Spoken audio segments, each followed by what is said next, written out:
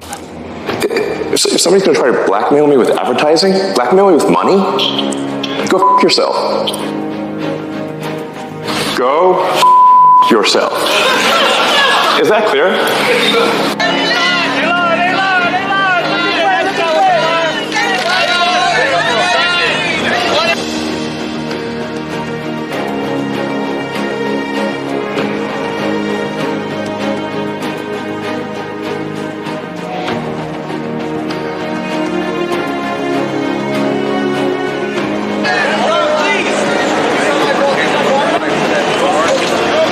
Tesla currently sells twice as much in terms of electric vehicles as the rest of electric car makers in the United States combined. Tesla has done more to help the environment than all other companies combined. It would be fair to say that, therefore, as a leader of the company, I've done more for the environment than everyone else, any single human on Earth. How do you feel about that? What I care about is the reality of goodness, not the perception of it. And what I see all over the place is people who care about looking good while doing evil. Them. Okay? Do you think if something is slightly sexist, it should be banned? Can you name one example? I honestly don't. You can't name a single example, not even one. I'm not sure I've used that feed for the last 3 or 4 weeks, and well, then how did you see the hateful content? Because I've been using Twitter since you've taken it over for the last 6 months. Okay, so then you must have at some point seen that for you hateful content. I'm asking for one example. Right. You can't give us a one. And I'm saying... Then I say, sir, that you don't know what you're talking about. Really? Yes, because you can't give a single example of hateful content, not even one tweet, and yet you claimed that the hateful content was high. Well, that's false. No, what I You just lied. What?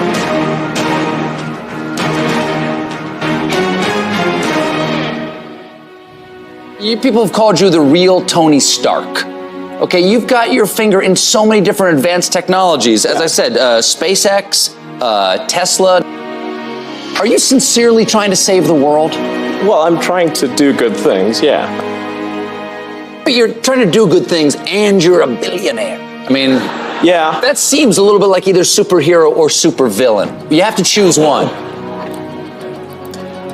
Trying to do useful things? I mean, yeah.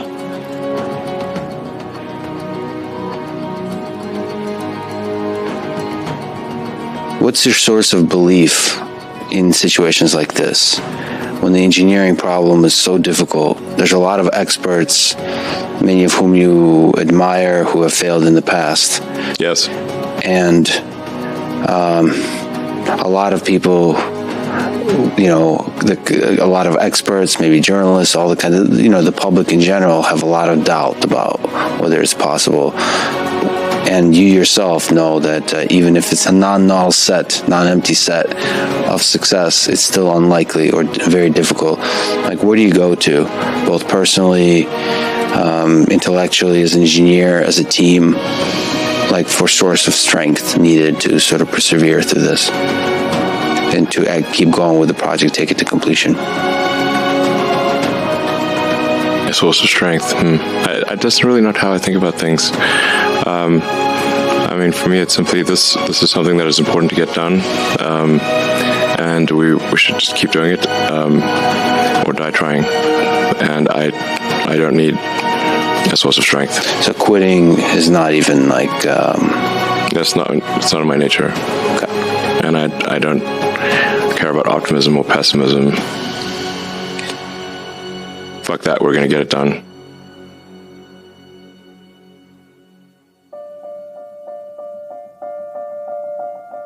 People who've been in the rocketry business for decades, who say about you that you don't know what you don't know.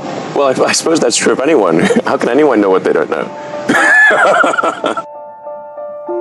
When critics say you can't do this, your answer to them is, we've done it.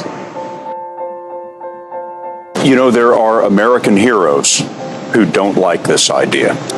Neil Armstrong, Gene Cernan have both testified against commercial spaceflight in the way that you're developing it, and I wonder what you think of that. I was very sad to see that, because those guys are Yeah. Those guys are heroes of mine, so it's really tough. I wish they would come and visit and see the hardware that we're doing here. And I think that would change their mind.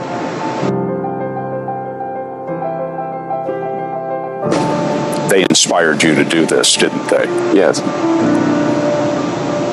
And to see them casting stones in your direction. It's difficult. Did you expect them to cheer you on? Certainly hoping they would. What are you trying to prove to them? What I'm trying to do is to make a significant difference in spaceflight and help make spaceflight accessible to almost anyone.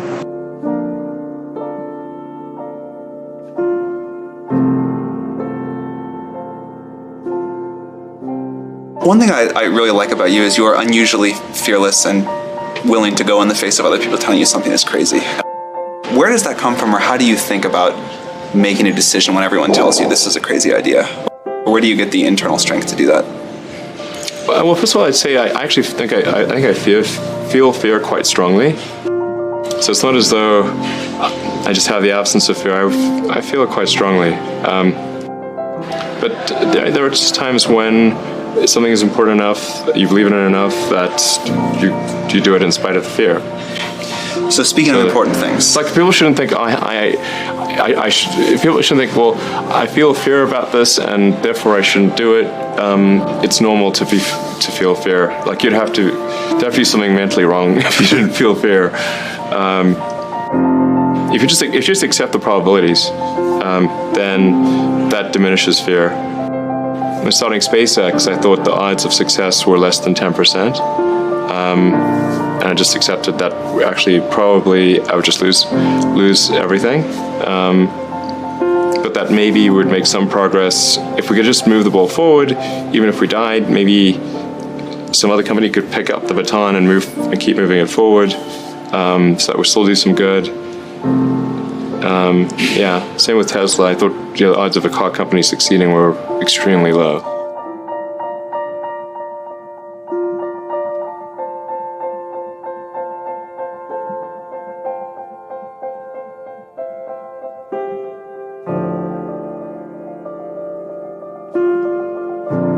All right, last question. 3 pieces of advice to entrepreneurs. What are your 3 pieces? I'm an entrepreneur, so you can share them with me. Okay.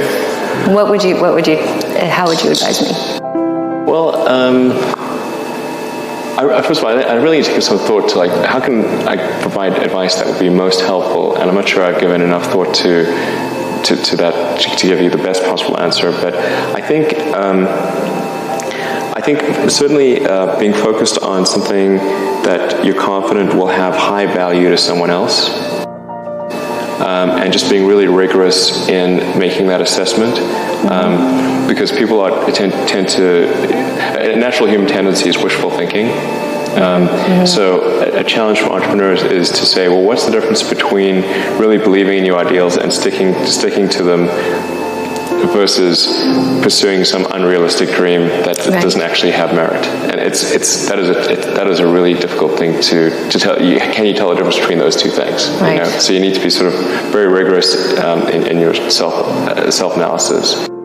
I think certainly extremely tenacious, and then just work like hell. I mean, you just have to put in 80 to 100 hour weeks every week. Gosh. And then a lot of work.